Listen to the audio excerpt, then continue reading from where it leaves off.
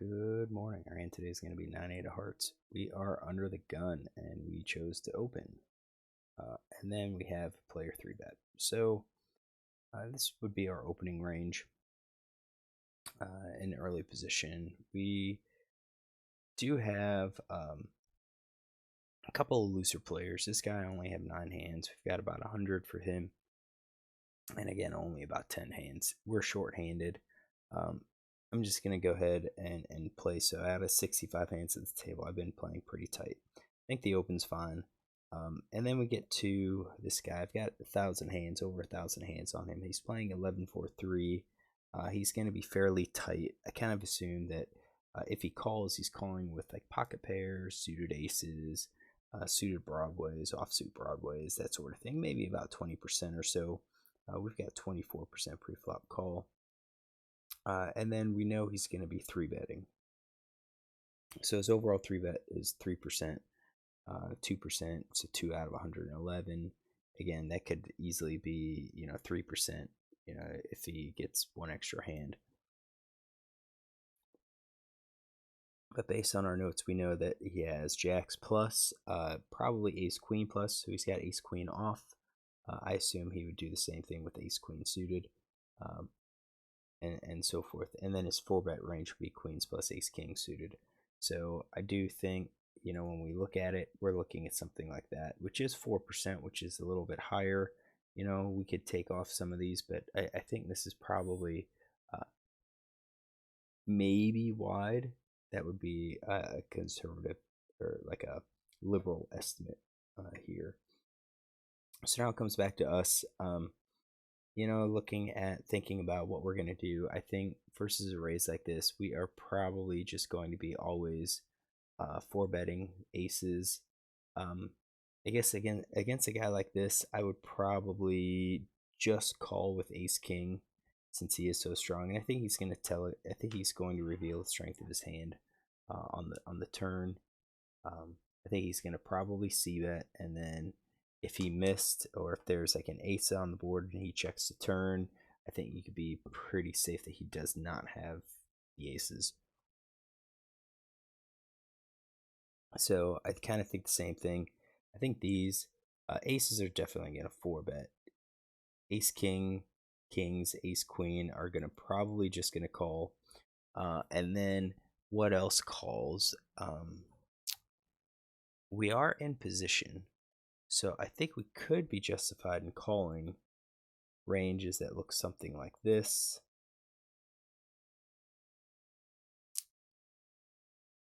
So you're calling in position.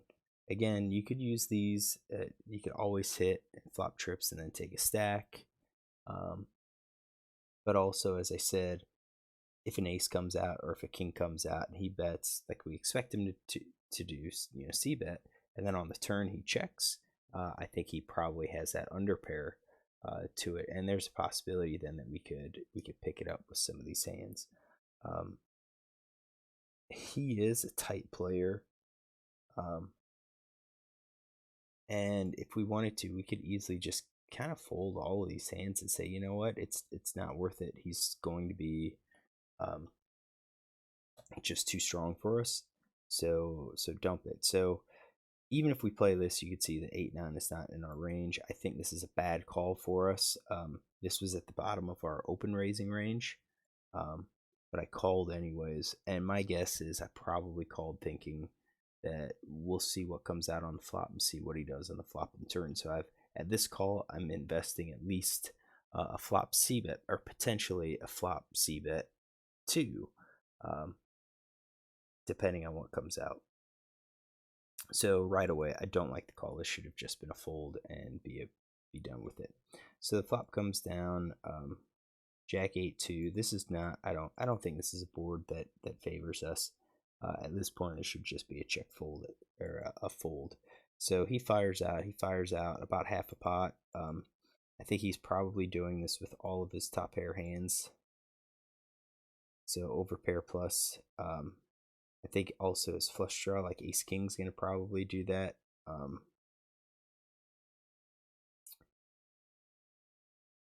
And then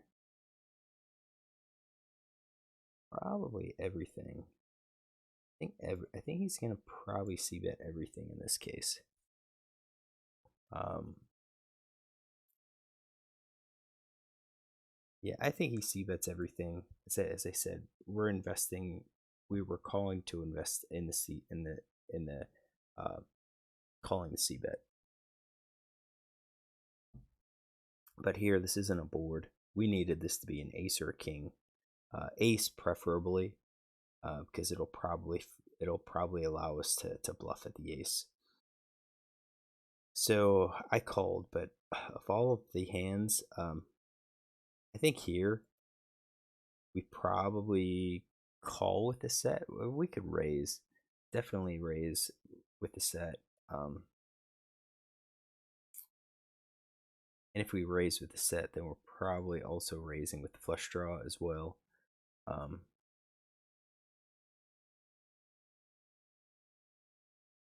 I think we're gonna probably call top pair and the over pairs, and thus we would be calling with the flush draw, and probably the 2 card backdoor flush draw. So maybe about 50% is what we're calling here.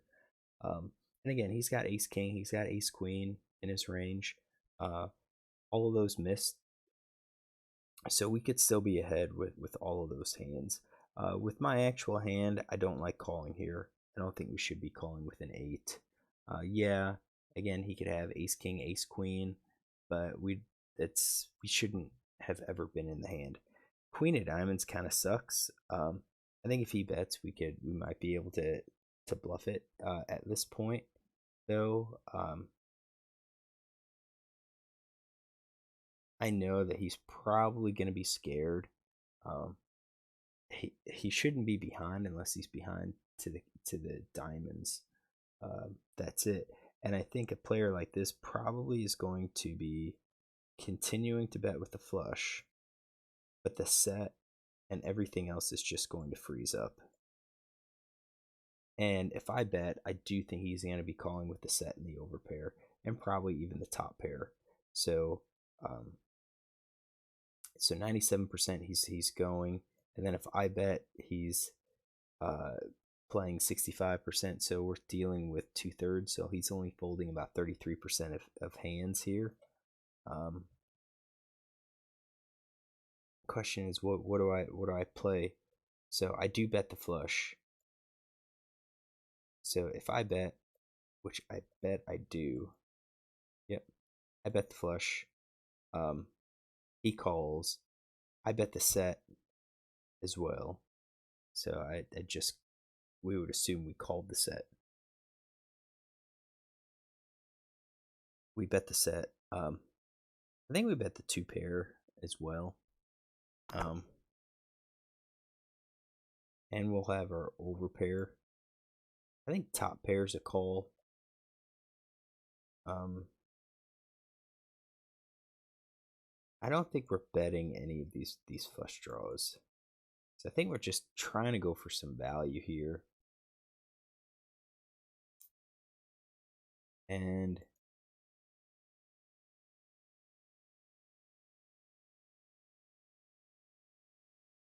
it's middle pairs a bluff here. I mean, we need some bluffs.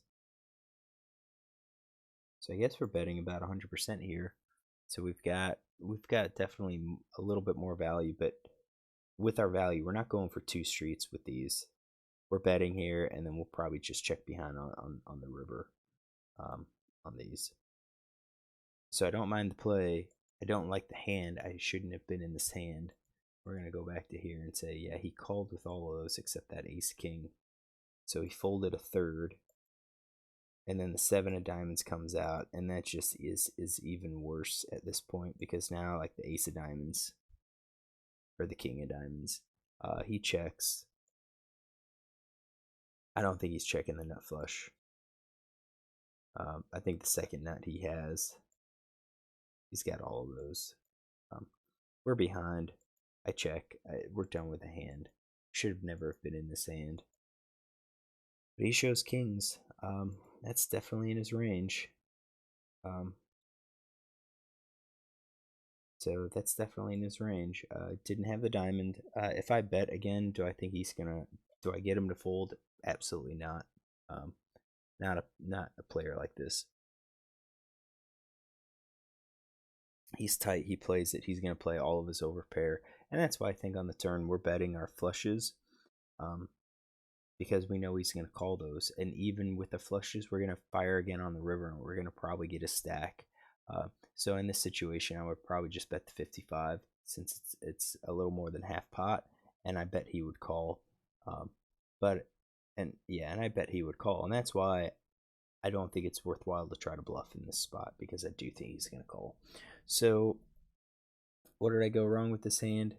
100%. I made the call. I'm actually gonna say leak pre-flop call on this one.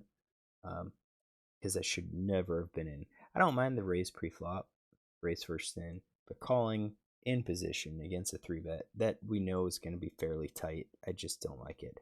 I understand why. I'm sure I called because I thought we're going to see how the hand plays out.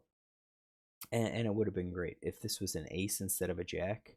He's going to bet. He's going to make a C bet. We call, and then he's going to check. We're going to bet, and he's probably going to fold at that point. Um,